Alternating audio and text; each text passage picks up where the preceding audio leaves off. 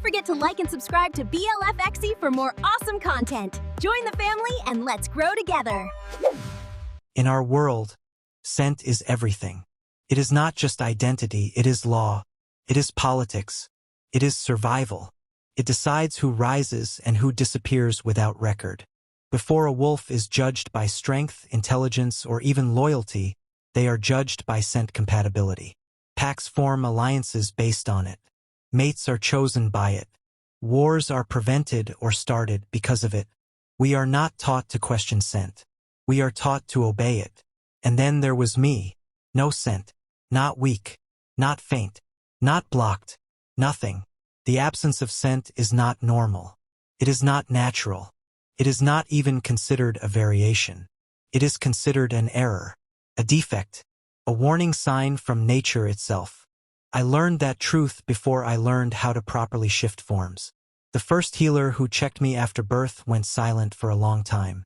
I remember the way her hands trembled over my skin like she was afraid I might disappear if she touched me too firmly. The second healer refused to repeat the test. The third healer wrote something down that my mother never let me see. But I saw her face. That was enough. My mother did not cry immediately. She waited until we were alone. Then she cried like something inside her had been broken permanently and quietly. My father did not cry at all. He looked at me like I was a mathematical contradiction, a flaw that refused correction. A wolf without scent cannot exist in society, he said once when I was 7. It will not survive politics. It will not survive mateship. It will not survive rank structure. He paused, then added something worse. It will not be missed. That was the moment I understood something very important. If I waited for the world to accept me, I would never live long enough to matter. So I adapted. I did not become a warrior. Warriors are evaluated instantly by scent response. Even a flicker of hesitation, even a mismatch in instinct reaction, can get you marked as unstable. I would have died in training, so I chose something else. I chose the only battlefield where scent did not matter. Language, contracts, negotiation. Now I sit in towers made of glass and steel, where wolves pretend they are human long enough to pretend they are civilized. I negotiate between packs that would normally rip each other apart over territory lines drawn in blood centuries ago. I turn aggression into compromise, instinct into clauses, violence into agreements. And because I cannot be smelled, I cannot be manipulated. No alpha can predict my intention through scent reading. No beta can detect emotional shifts through hormonal output. No system can classify me accurately. I am a blank space in a world that depends on reading others. That makes me useful. It also makes me alone, because wolves do not trust what they cannot read. And I cannot be read. The day everything changed began like any other. Cold morning, gray sky, the central council tower standing like a blade cutting into the clouds. I arrived early, as I always do. The negotiation today was simple on paper, territorial redistribution between Eastern Ridge and North Valley packs. It should have been routine. It never is, because packs like ours never agree easily. They sent their best negotiator. Of course they did. The doors opened, and he walked in. The first thing I noticed was not his appearance. It was the shift in the room. Wolves react before thought, before logic, before awareness. The body recognizes dominance faster than the mind can process identity. Every wolf in the room subtly adjusted posture. Not submission, calibration, like standing in the presence of a force that could become dangerous if ignored. He was tall, broad-shouldered without being bulky. Every movement controlled like it had been refined through years of absolute certainty. His coat was black, tailored, and too perfect in a way that suggested he did not tolerate disorder.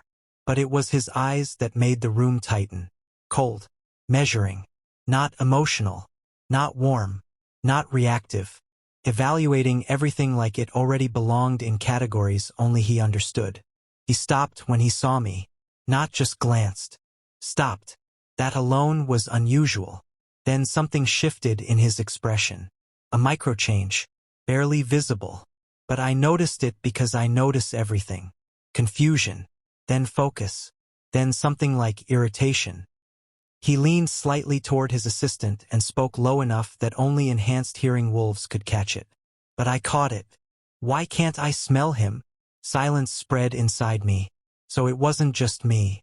The assistant hesitated. He's scentless, Alpha Kael. Kael Draven. North Ridge Alpha Negotiator. A man known for closing wars without shedding blood because he could read intention faster than speech. And now he was looking directly at me, like I was the first thing in existence that refused to behave correctly under observation. His gaze did not move away. It stayed. Longer than socially acceptable. Longer than politically safe. Then he said, softly enough that it barely carried, interesting. That word unsettled me more than anything else. Because wolves like him do not find things interesting. They classify them. They eliminate them. Or they claim them. The meeting began. But I already knew something fundamental had changed. Not in the negotiation. In me. And in him. Because Kael Draven had just discovered something he could not read. And wolves like him do not survive uncertainty for long. Kael Draven did not behave like other alphas I had negotiated with before. Most alphas entered a room like a storm. Loud presence. Obvious dominance. Instinctive pressure meant to force submission before words even begin. Even when they pretended to be civilized, there was always something animal underneath. A pulse of authority that leaked through speech, scent, posture. Kael was different. Kael was controlled. Not calm. Controlled.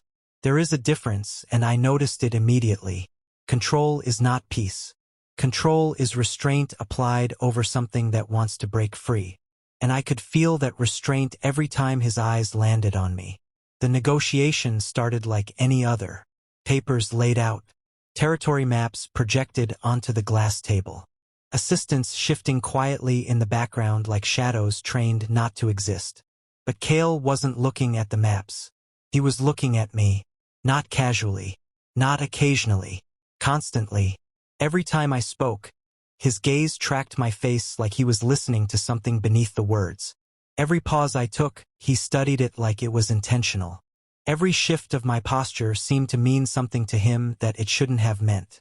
Finally, halfway through the session, he spoke. You're lying. It wasn't an accusation. It was a statement. The room froze.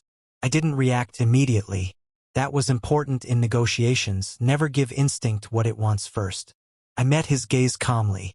No, I'm not. Kael tilted his head slightly. Everyone lies. I can smell it when they do. A few wolves shifted uncomfortably. This was his reputation, truth detection through scent interpretation. Alpha-grade sensory reading. Except, it didn't work on me, so I leaned back slightly in my chair. Then your nose is wrong, I said. Silence hit the room harder this time. Even the assistants stopped moving. You don't tell an alpha negotiator his senses are wrong. You don't correct something that defines his authority. It's like telling a bledit forgot how to cut. Kael didn't react immediately. That was the scariest part. No anger. No irritation. No immediate dominance response. Just stillness. Then he leaned forward slightly. Say that again, he said quietly. Something in his voice made the temperature in the room drop. I didn't look away. Your senses are unreliable in this case. A faint tension tightened across his jaw. For a second, I thought I had pushed too far. Then, he smiled. Not warmly, not kindly, barely there, controlled, almost amused. That's impossible, he said. The meeting continued after that, but it was no longer about the contract. It was about me, and I could feel it. Kael stopped analyzing the map projections, stopped listening to the assistants, stopped engaging in formal negotiation structure. He was watching my reactions to everything, noticing patterns that didn't exist. Or worse, trying to find patterns where there were none. By the time the meeting ended, there was still no agreement, which meant failure on paper. But Kael didn't care about the contract anymore, because when I stood to leave, he followed. Not immediately, not aggressively, but precisely one step behind me when I exited the chamber. Then 2 steps. Then he matched my pace exactly. Outside the tower, the air was colder. The city below moved like a living organism of lights and distant noise. Packs controlled different sectors of it, though humans never noticed the invisible borders. I adjusted my coat and prepared to leave. That's when he spoke behind me. "You're not scentless." I stopped walking, slowly turned. Kael stood a few feet away, hands in his coat pockets, expression unreadable again, but his eyes were sharper now. "I am," I said. "No," he replied. "You are just unreadable." A pause. That is not the same thing. Something about the way he said it made my stomach tighten slightly, because wolves like him didn't use words carelessly. He took a step closer, and I felt it, nothing physical, but awareness, like the air had shifted density, like instinct was trying to wake up something I didn't know I had. "I can't categorize you," Kael said. "That bothers you?" I asked. "Yes." Honest. Immediate. No hesitation. That was worse than hostility. Kael studied me again. "Everything in my life has structure," he said. "Scent gives meaning. Meaning gives prediction. Prediction gives control." He paused. "You break that." I exhaled slowly. "Then stop trying to read me." His gaze darkened slightly. "That's not how I operate." There it was. Control again. Not obsession yet, but the seed of it. He stepped closer again. Too close this time. And I should have felt something, dominance pressure, instinctive reaction, anything normal. But I felt nothing. Except a faint tension behind my ribs. Like something inside me was responding to him without permission. Kael noticed. Of course he did. His eyes narrowed slightly. "Interesting," he murmured again. That word again. I frowned. "You keep saying that." "Yes," he said softly. "Because you are the first unknown variable I've encountered that does not resolve with exposure." I didn't like that sentence. At all. "Stay away from me," I said. Came out sharper than intended. Kael didn't react emotionally, but something in him shifted. Like the idea of distance didn't sit naturally. "I can't," he said. That made me pause. "You can't."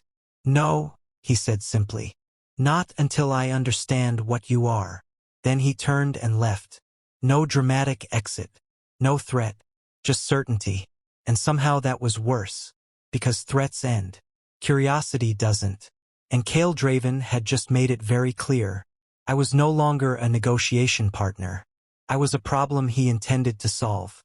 By the time I reached my apartment that night, I told myself to forget him. To dismiss him like any other alpha who got stuck on something unusual. But the problem was, I had spent my entire life being invisible. And Kael Draven was the first person who looked at me like I was not invisible at all. Like I was something that should not exist. But did. And that realization stayed with me long after the lights went out. Somewhere in the city, Kael was still thinking. Still analyzing. Still watching the memory of my reactions like they were data he had not finished decoding. And neither of us knew it yet. But that was the moment everything began to shift. Not toward negotiation. Not toward alliance. But toward something neither pack system had ever prepared for. I started noticing him everywhere. At first, I told myself it was coincidence. Kael Draven was a high-level negotiator. It made sense that our paths would overlap in council spaces, corporate meetings, and alliance briefings. Packs like ours were constantly intersecting in trade discussions, territory arbitration, and political restructuring. But coincidence stops being believable when it repeats itself too precisely. The second time I saw him outside a negotiation room, he wasn't scheduled to be there. The third time, he was standing at the edge of a public corridor I never used before. The fourth time, I stopped calling it coincidence. Kael was observing me. Not openly. Not obviously. Not in a way that would trigger political suspicion or pack scrutiny. He was present in the margins. Always just far enough not to be questioned. Always close enough that I felt it. And the strangest part? He never approached me first. He waited for me to notice him. That alone unsettled me more than anything else. Because alphas like Kael do not wait. They act. But Kael was doing something different. He was studying me. The first time I confronted him about it, it was in the lower archive corridor of the council tower. The place was quiet, lined with glass panels showing encrypted historical pact treaties. I stopped walking when I saw him leaning against the far wall. Of course he was there. "You're following me?" I said immediately. Kael didn't look surprised that I noticed. That irritated me more than anything. "I prefer the word observing," he replied calmly. "That's stalking with better vocabulary." Faint pause. Then he pushed off the wall and stepped closer. "Then define stalking," he said. I crossed my arms. Uninvited repeated presence in someone's personal movement pattern. Kael nodded slightly. Accurate. That was it. No denial. No justification. Just acknowledgement. Which made this worse. "Why?" I asked. That was the real question. Kael studied me for a moment longer than necessary. Not like a predator assessing prey. Like a mathematician trying to solve something that refuses equations. "Because I cannot predict you," he said finally. "That bothers you?" I asked. "Yes." Again. No hesitation. No emotional cushioning. Just truth. It should have been simple. But it wasn't. Because I had met alphas who were annoyed by unpredictability before. What I had never met was one who seemed genuinely unsettled by it. Kael stepped closer again, but stopped at a respectful distance this time. Controlled. Deliberate. "I have built my entire function around interpretation," he said. "Scent tells me intention. Hormonal shift tells me deception. Instinct tells me outcome." He tilted his head slightly. "You give me none of that." I frowned. "That sounds like a you problem." A faint shift in his expression. Almost amusement. "Perhaps," he said quietly. Then his gaze sharpened again. "But I do not leave unknown variables unresolved." That sentence landed differently than it should have. Because it wasn't a threat. It was a fact. Something he lived by. Something he would not break for me. I exhaled slowly. "So what? You're going to keep following me until you figure me out?" Kael didn't answer immediately, which was an answer in itself. Then, "Yes." Simple. Absolute. I stared at him. "You realize how unstable that sounds." "I am aware," he replied. That made me pause. He was aware, and still doing it. There was a difference between obsession and intent. Obsession was emotional. Intent was structured. Kael was not spiraling. He was deciding. That was worse. I turned away. "Stop wasting your time." "I am not wasting it," Kael said. I stopped again. Slowly turned back. He was still watching me. Completely focused now. "Then what are you doing?" I asked. A brief pause. Then Kael said something that made the air feel slightly heavier. "Learning." That should have ended the conversation. But it didn't. Because something in his voice made it sound like learning meant more than understanding. It sounded like preparation. For something. I didn't ask what. I should have. Instead, I left. But I could feel him behind me even after I walked away. Not physically. Not literally. But like a presence that stayed in space longer than it should have. The next time I saw him, it was during a high-level interpack financial arbitration.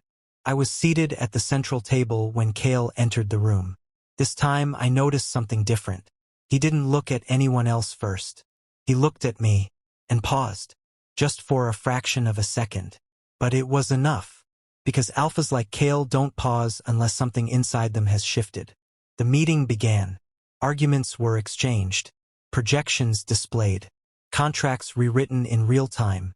But Kael wasn't negotiating the same way as before. He was still watching me. Except now. It wasn't just observation. It was comparison. Like he was testing something internally every time I spoke. Measuring responses against an internal model that was still forming. At one point, I leaned slightly toward the table projection to correct a clause error. Kael's eyes followed the movement instantly. Too fast. Too precise. One of the attending advisors noticed and stiffened slightly. Because that kind of attention is not normal. Not political. Not professional. It is personal. The meeting ended in agreement unusually smooth. Too smooth. Like Kael had already decided the outcome before it began. When I stood to leave, he spoke for the first time during the entire session. Wait. The room froze slightly, not because he raised his voice, but because he rarely spoke unnecessarily. I turned slowly. Yes. Kael stood at the opposite end of the table, still composed, still controlled. But his gaze was different now. He said, "You are not consistent." That made me blink. That's your conclusion after today? Yes. I frowned. In what way? Kael stepped forward slightly. Just one step, but it shifted the entire room's tension. You do not respond like scentless wolves should, he said. I narrowed my eyes. Because I'm not one of your classifications. That is not what I mean. He paused. And for the first time, Kael looked slightly uncertain. Not emotionally, analytically, like something in his data structure wasn't aligning. You create response patterns in me, he said slowly. Silence. That was not normal. Even I felt that. What does that mean? I asked quietly. Kael didn't answer immediately, and when he did, it was softer than before. I do not know. That was the first crack. The first real instability. And I realized then, I was no longer just being observed. I was affecting him. After that meeting, I stopped pretending Kael Draven's interest was harmless. It wasn't curiosity anymore. It was persistence. And persistence in alpha politics is never neutral. It means ownership is being considered. Even if not consciously. Even if not admitted. Kael began appearing closer to my actual daily routes. Not inside official meetings now, those were too easy to justify. This time it was corridors I used regularly. Elevators I preferred. Cafes inside the council tower where I stopped briefly between negotiations. Always there. Always watching. Always waiting for me to acknowledge him first. And I hated that I started noticing his absence more than his presence. That was the first real problem. The second problem was worse. My body started reacting before my mind did. At first it was subtle. A strange tightening in my chest when I sensed him nearby. A faint pressure in my instincts that I couldn't explain. Not fear. Not submission.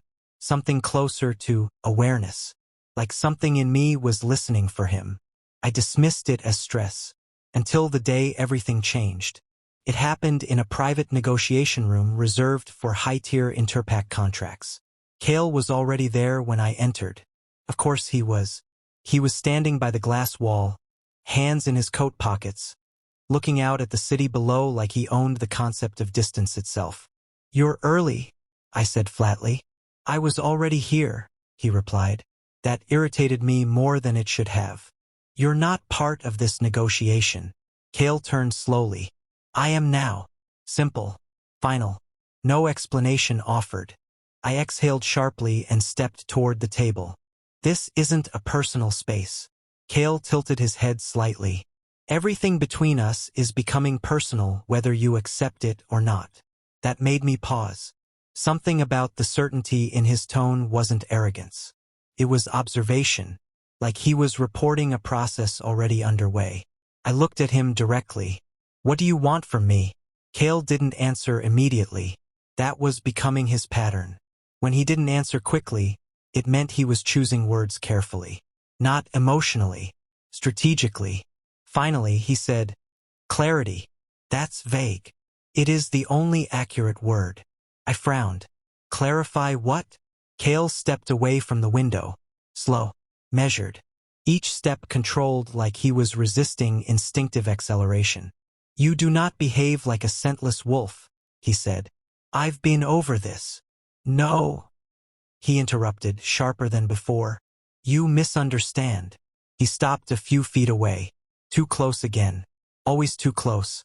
"It is not that you lack scent response," he continued. "It is that your presence causes deviation in mine." That made my stomach tighten slightly. "Deviation?" I repeated. Kael's jaw tightened. "Yes." Silence stretched between us. Then I asked carefully, "What kind of deviation?" Kael looked at me for a long moment, and for the first time, I saw hesitation that wasn't analytical. It was restrained instinct. "I do not register you correctly," he said finally. That doesn't make sense. It does not need to make sense, Kael replied quietly. It is happening. Something in his voice lowered slightly, almost unstable. Every time you are near, he continued, my scent reading framework distorts. My breathing slowed. That was impossible. Alpha scent reading was biological, fixed, reliable, except I had never been able to be read in the first place. So maybe nothing about this situation was normal. Kael stepped closer again, and I should have stepped back. But I didn't, because something in me didn't want distance. That realization hit harder than anything else. Kael stopped just in front of me, close enough that I could feel the heat of his presence without scent confirmation. I need to confirm something, he said quietly. My voice came out sharper than intended. You've been confirming things for days. This is different. That made me uneasy. What is it? I asked. Kael didn't answer immediately. Instead, he raised his hand slowly, not touching me yet, just hovering near my wrist, like he was giving me the chance to stop him. I need to test proximity response, he said. I frowned. That sounds invasive. It is. Honesty again. Always honesty. That was what made him dangerous. Because he didn't disguise intent. He justified it. I should have refused. I should have stepped away. But I didn't. And I still don't fully understand why. Kael's fingers finally made contact with my wrist. Light. Controlled. And the moment he touched me, everything changed. It wasn't physical pain. It wasn't emotional shock. It was activation. Something inside me reacted like a locked system suddenly recognizing its key. A pulse spread through my chest. Then deeper. Down into instinct. Kael froze instantly. His breath stopped. His eyes widened slightly. Not in fear, but in recognition of something unexpected. No, he whispered. I looked at him sharply. What did you do? Kael didn't answer, because I realized something at the exact same time he did. The air had changed. Not metaphorically, biologically. A scent. It wasn't general. It wasn't ambient. It was targeted, focused, and it was coming from me, but only he reacted to it. Kael's grip tightened slightly without meaning to. His pupils dilated. His expression shifted in a way I had never seen before. Not alpha dominance, not control, but something fractured underneath it. You have a scent, he said slowly. I froze. That's impossible. I can smell it, Kael replied. His voice dropped lower. And it is responding to me. That last part changed everything. Because it wasn't just scent activation. It was interaction. My breathing became uneven. What does that mean? Kael didn't answer immediately. And when he did, his voice was almost restrained.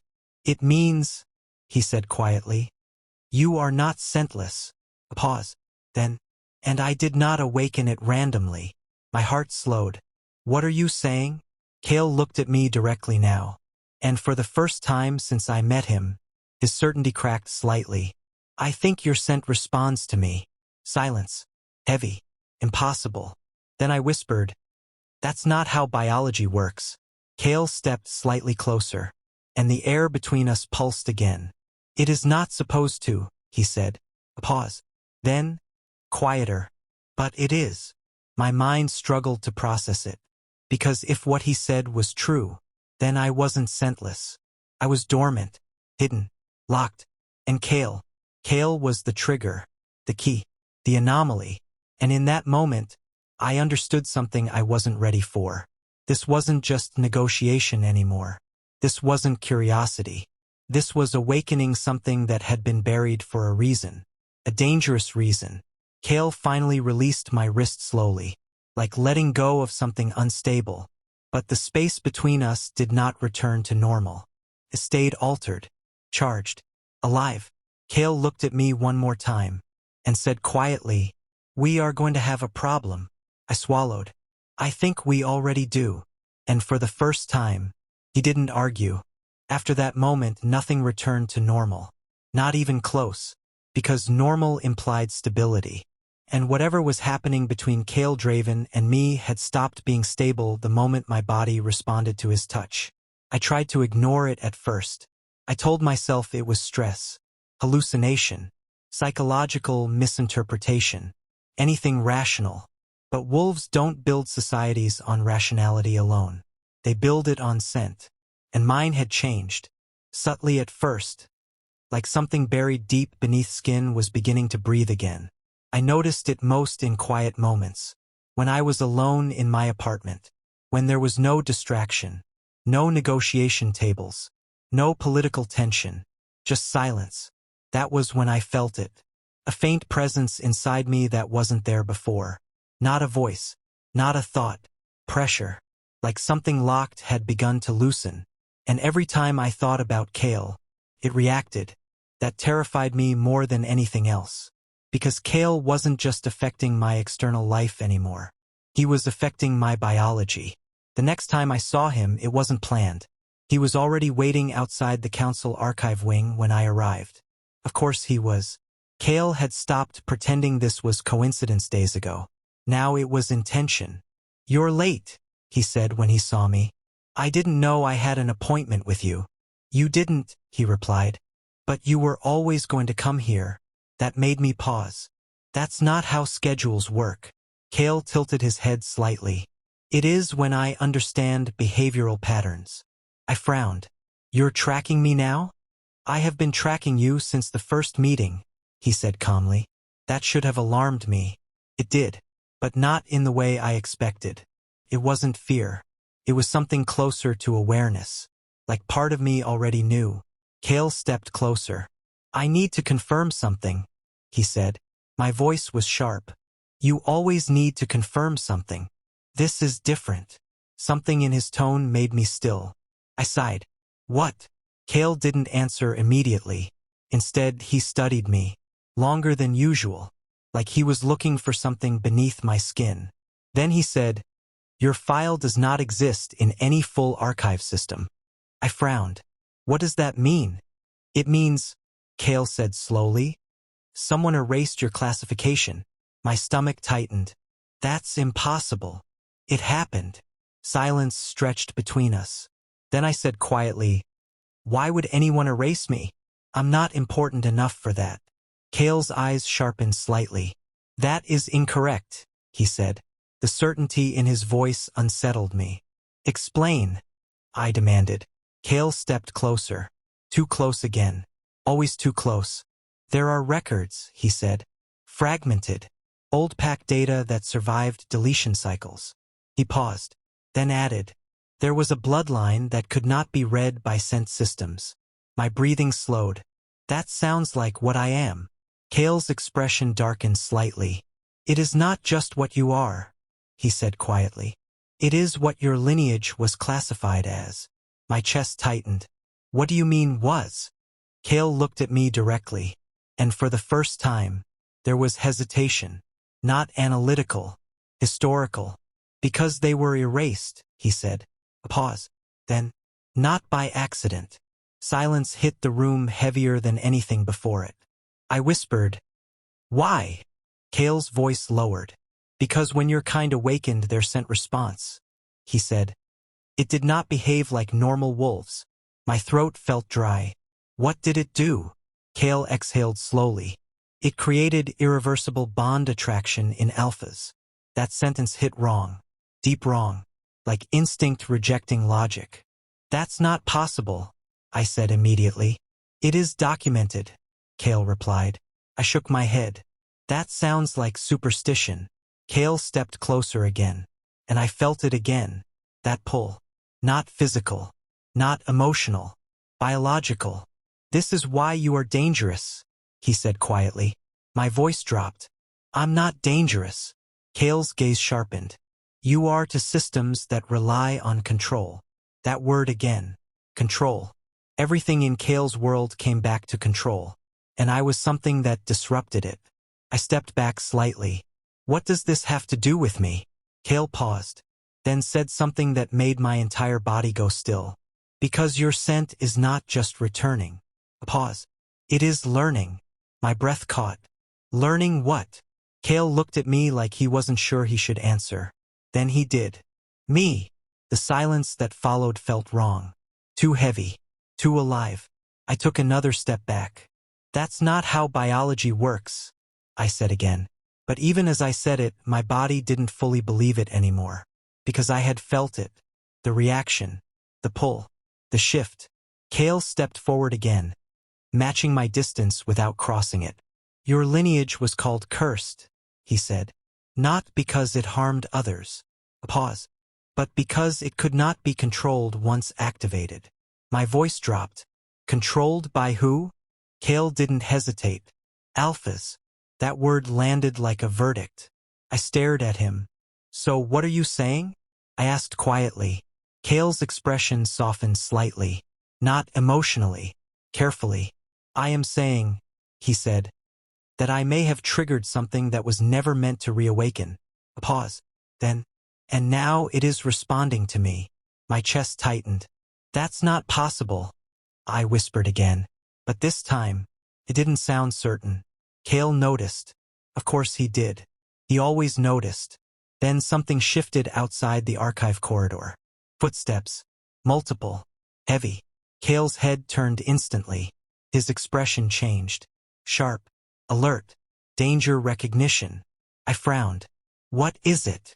Kael didn't answer immediately. Then he said quietly, they are here. My stomach dropped. Who? Kael's voice lowered. People who can smell what you are becoming. The air changed instantly. Not metaphorically. Literally.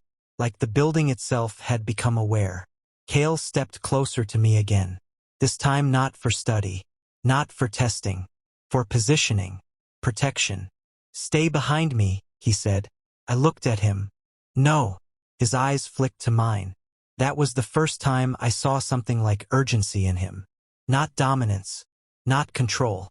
Something closer to fear. Then stay alive, he said. And in that moment, for the first time, I believed him, because whatever I was becoming was no longer hidden, and the world had started to notice. The moment Kael said, they are here, everything in me shifted. Not fear exactly. Something deeper. Instinct. A recognition I couldn't name yet. Footsteps echoed through the archive corridor again. More controlled now, more deliberate. Not random patrol movement. Not ordinary security. This was targeted. Hunting behavior. Kael didn't move like someone preparing to fight. He moved like someone calculating survival outcomes. He stepped slightly in front of me without fully blocking me. A half shield. A choice. You need to leave, I whispered. Kael didn't look at me. No, that wasn't a suggestion. I know. That calmness should have reassured me. Didn't. Because calmness like his only existed when he had already decided the worst-case scenario was acceptable.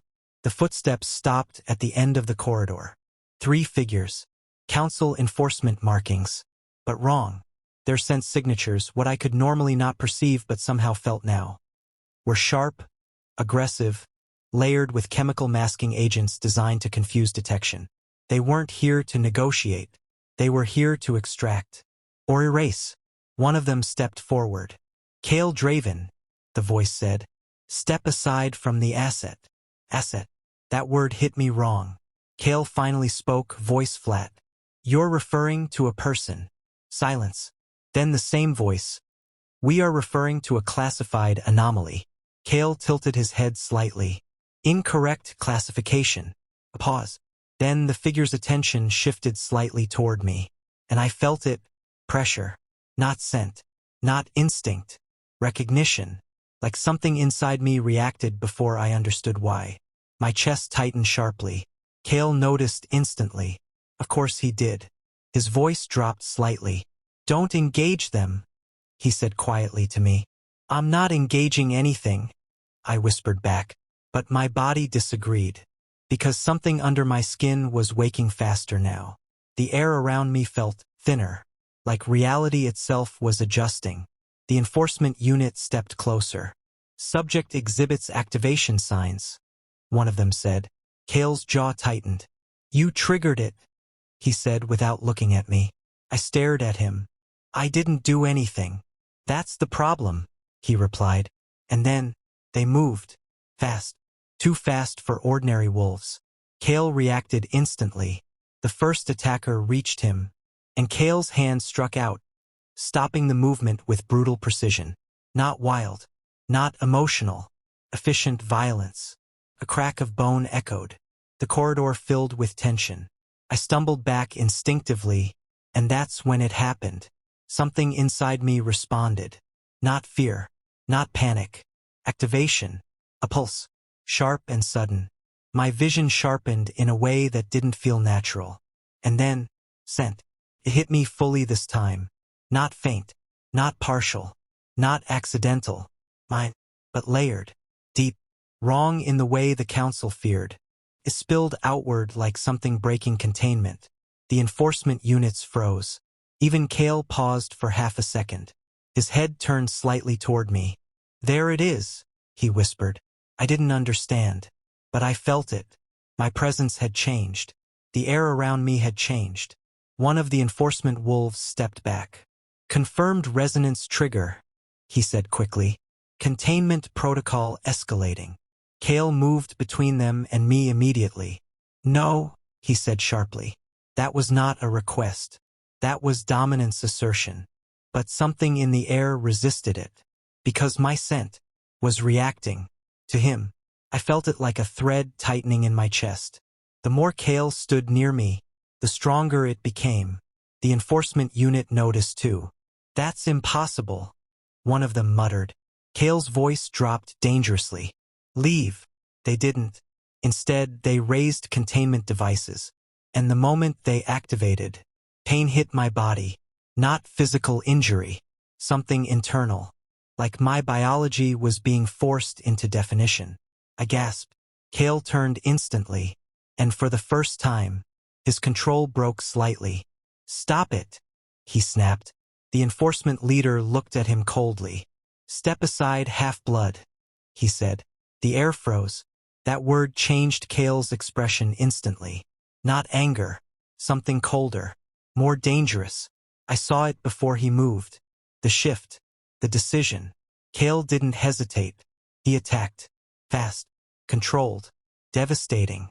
The corridor erupted into motion. But I couldn't focus fully. Because my body was still changing. My scent wasn't just existing anymore. It was expanding. Reacting. Reaching. Every time Kael moved near me, it intensified. Like gravity. Like recognition. One of the enforcement units turned toward me. You are stabilizing incorrectly, he said. I backed up instinctively. Kael appeared between us instantly. Don't look at him, Kael said sharply. But I wasn't listening anymore. Because something in me had locked onto Kael too. Not consciously. Not emotionally. Biologically. And it scared me more than anything happening outside.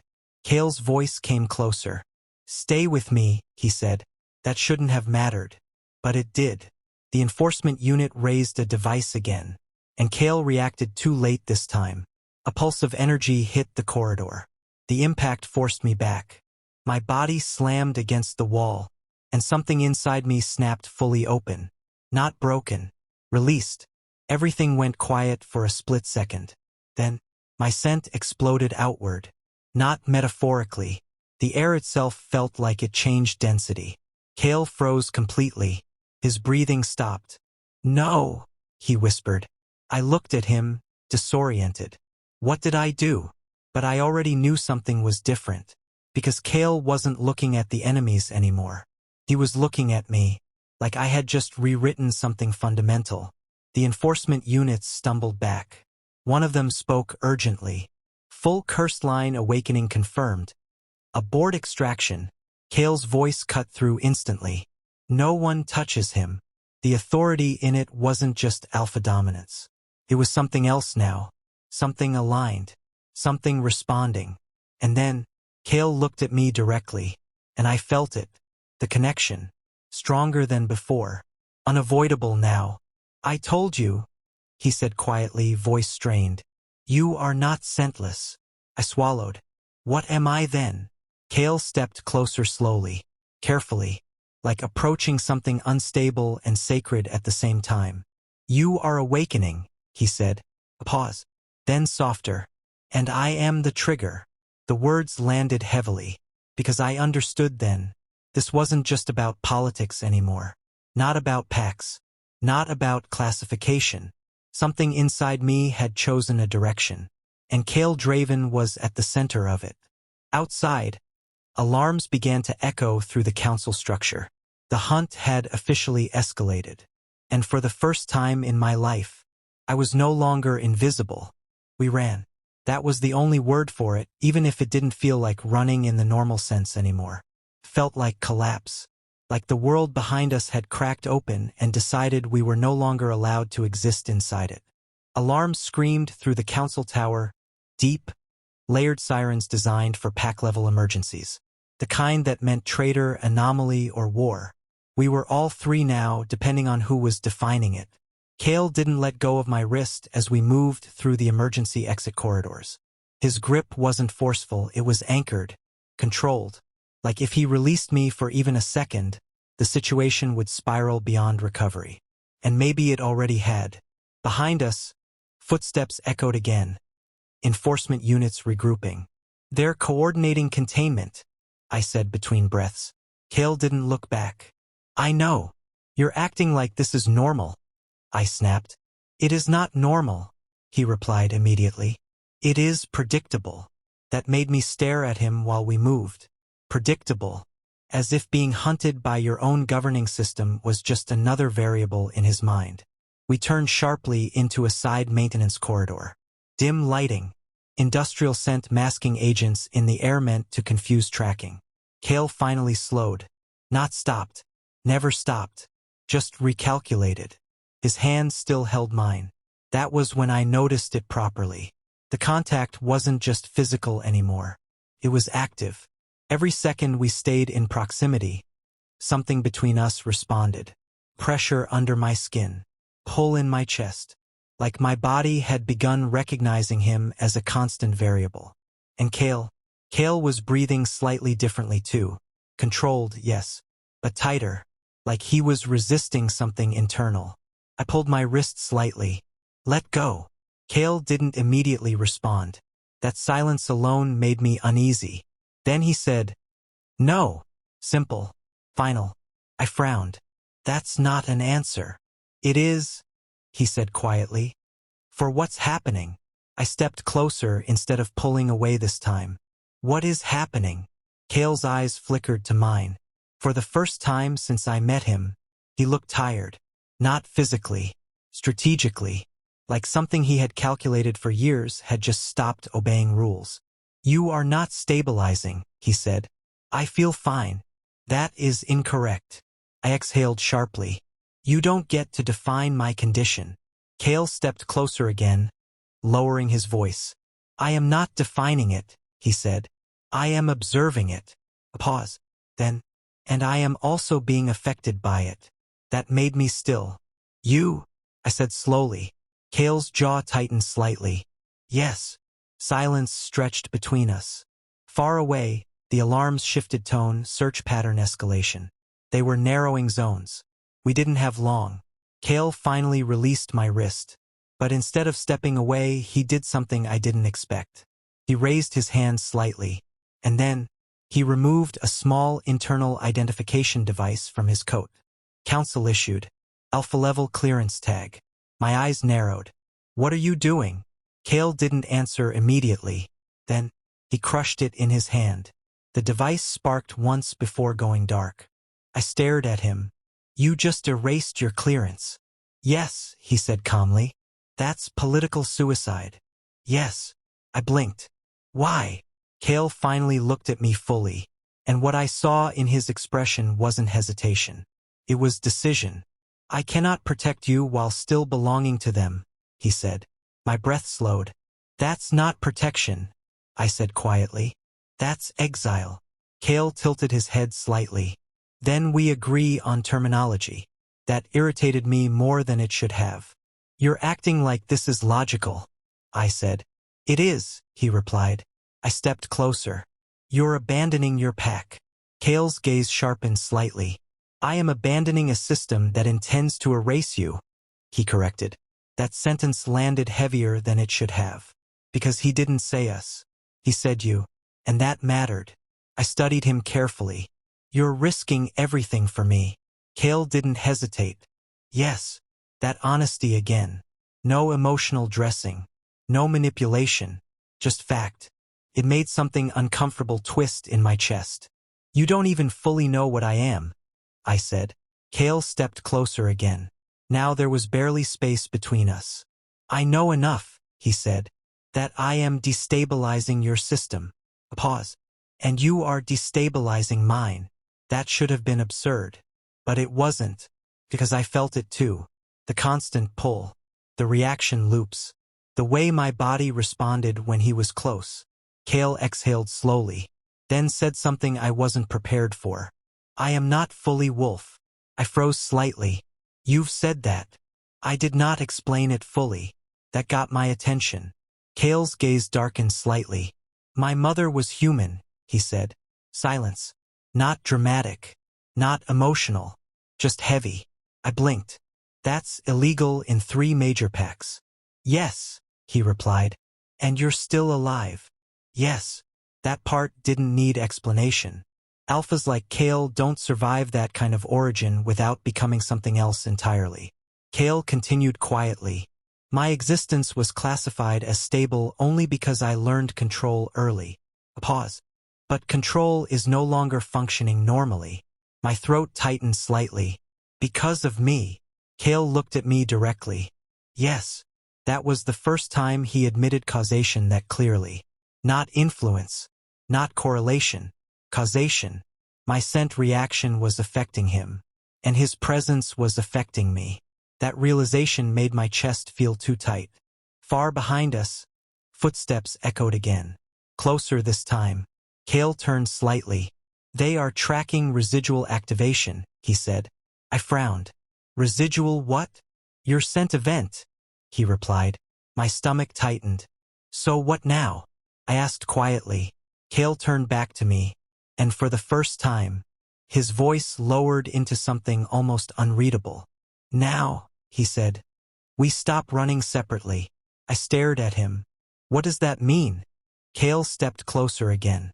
And this time, he didn't stop at distance. He closed it completely. Not aggressive. Not forced. Intentional. His voice dropped. It means, he said, you either come with me willingly, a pause, or we both die individually. Silence. Heavy. Final. I studied him, then whispered, that's your proposal? Kael's expression didn't change. Yes. I exhaled slowly, and against every logical instinct I had ever built in my life, I nodded once. Fine, I said.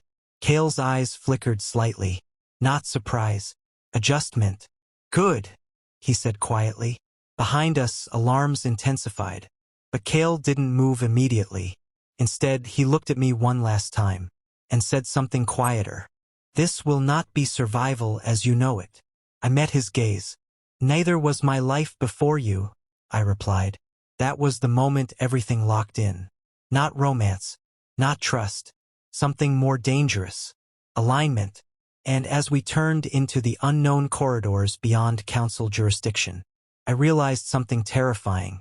I was no longer running from a system. I was running with the one thing the system could not classify. And he was holding my hand like it was already decided. We didn't stop running until the city stopped feeling like it was ours. The council tower faded behind layers of steel bridges, underground transit tunnels, and abandoned territorial checkpoints. Each step away from it felt less like escape and more like detachment, like we were being slowly cut out of the world that had defined us. Kael never let go of my hand. Not once. Even when we finally slowed inside an old border transit station, one of the forgotten structures between packed territories, his grip remained steady, controlled, anchored, like if he released me, reality itself might shift in a way neither of us could reverse. The station was empty. Not abandoned recently, abandoned long ago. Dust-coated terminals flickered with low emergency lighting. Old scent markers lined the walls, faded beyond recognition. This place had once belonged to a neutral zone agreement that no longer existed. Now it was just space, empty enough to think, dangerous enough to be found. I finally pulled my hand away. Kael let me. That alone surprised me. For a moment, neither of us spoke. Only the hum of broken electricity and distant wind through cracked tunnel vents filled the silence. Then I said it. What happens now? Kael didn't answer immediately. He was standing a few feet away, looking at the station exits like he was mapping probability routes in real time. Escape paths, threat vectors, time to contact estimates. Always calculating. Finally, he spoke. Now we are outside classification jurisdiction. I frowned. That doesn't answer my question. Kael looked at me, and for the first time since I met him, he looked uncertain. Not weak, not lost, just not fully resolved. It means, he said slowly, the system no longer defines what you are. I exhaled sharply. That system tried to kill me. Yes, Kael replied. And you left it. Yes. That single word carried more weight than anything he had ever said. I studied him carefully. You didn't just leave, I said quietly. You burned your clearance. Kael didn't deny it. I did. Why? That question lingered longer than I expected. Kael turned slightly away, as if looking at the cracked wall would make the answer easier. Then he said, because I realized something. I didn't interrupt. For once, I let silence exist. Kael continued. For my entire life, I have relied on interpretation systems. Scent, instinct, predictability, a pause. And none of them work around you. I felt something tighten in my chest. That still doesn't explain abandoning your pack, I said. Kael finally looked at me again. And this time, there was something different in his gaze. Not alpha authority. Not analysis.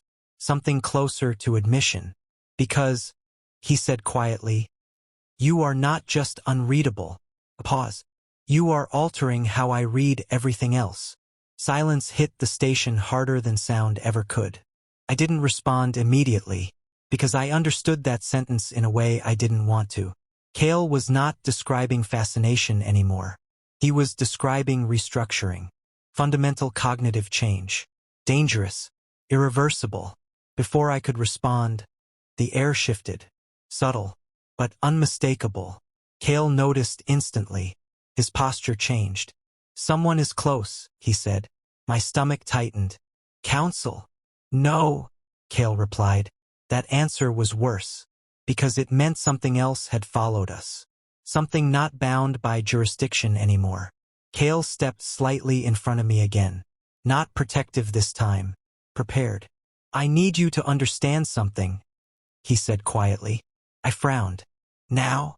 Yes. The air outside the station vents shifted again. Closer. Kael's voice lowered. Your scent activation event did not go unnoticed. My breath slowed. I assumed that was obvious. It was not just noticed, Kael corrected. A pause. It was recorded. My stomach dropped. By who? Kael looked at me directly. All systems that still track bloodline anomalies. Silence. Then I whispered.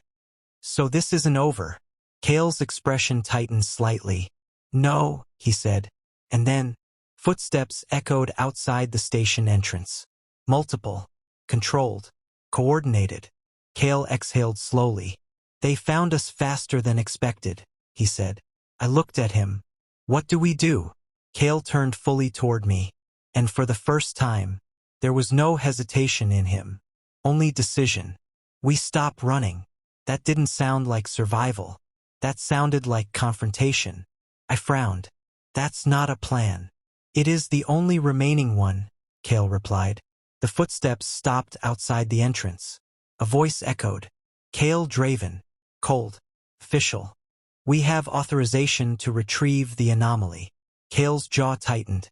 He didn't respond. Instead, he looked at me and said quietly, Stay behind me. I almost laughed. You really think I'm going to keep doing that? Something flickered in his expression. Not irritation. Recognition. No, he said. A pause. Then softer. I think you are about to become the reason this system collapses. That was the moment everything changed again. Because something inside me responded to those words. Not emotionally, Biologically, the pressure in my chest returned. Stronger, more structured now, like it had learned direction. Kael noticed instantly. His eyes sharpened. "It's happening again," he said quietly. I swallowed. "What is?" Kael stepped slightly closer, and I felt it immediately. The pull. Stronger than before. "I told you," he said quietly. "Your scent is not stable." A pause. "It is evolving." The entrance to the station cracked open. Light flooded in. Figures stepped forward. Enforcement class wolves. But stronger than before. Prepared for extraction, not negotiation. One of them spoke. "Final containment protocol activated." Kael didn't move. Neither did I. Then, something inside me finally stopped resisting. It didn't feel like loss of control. It felt like recognition of truth. My sense surged outward. Not chaotic this time. Not fragmented. Structured. Alive. Kael froze. And for the first time, I saw something break in his composure. Not fear. Not shock. Something deeper. "That," he whispered, "is not possible." The enforcement units stopped instantly. One of them stepped back. "Confirmed cursed lineage full awakening," he said urgently. Kael turned slightly toward them, and when he spoke, his voice was no longer negotiator calm. It was alpha altered, dangerously controlled. "No one moves closer," he said. The air shifted again, because this time, his scent responded. Not dominance, not command. Something matched. The enforcement unit hesitated. Kael looked at me, and I felt it again. The bond. Not forming, not starting. Fully active, like it had always been waiting beneath everything. "I understand now," Kael said quietly. I frowned. "Understand what?" Kael stepped closer to me, close enough that everything outside the station felt distant, and said, "You were never scentless." A pause. "You were waiting for the correct trigger." My breath slowed. "And that's you?" I asked quietly. Kael didn't deny it. "Yes." Silence. Heavy. Final. Then I whispered, "What does that make us?" Kael looked at me for a long moment, then answered, "A classification error the world cannot contain." Outside, the enforcement units prepared to breach fully, but neither of us moved, because something more important had already happened. The system had found us, and for the first time, it was afraid of what it could not name.